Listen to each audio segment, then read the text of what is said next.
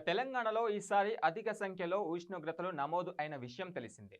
దేశంలోనే అత్యధికంగా జోగులాంబ గద్వాల జిల్లాలో 47.6, కరీంనగర్ జిల్లాలో 46.5 ఉష్ణోగ్రతలు నమోదయ్యాయి. అయితే ఒకవైపు ఉష్ణోగ్రతలు ఉండగానే తెలంగాణ, ఆంధ్రప్రదేశ్లో ఒక్కసారిగా వర్షాలు పడడంతో అన్నదాతలకు కన్నీళ్లే మిగిల్చాయి. తెలుగు రాష్ట్రాల్లో గత కొన్ని రోజులుగా కురుస్తున్న వర్షాలతో మార్కెట్ యార్డుల్లో పోసిన ధాన్యం తడిసి ముద్దైపోయిందని రైతన్నలు ఆవేదన వ్యక్తం చేస్తున్నారు.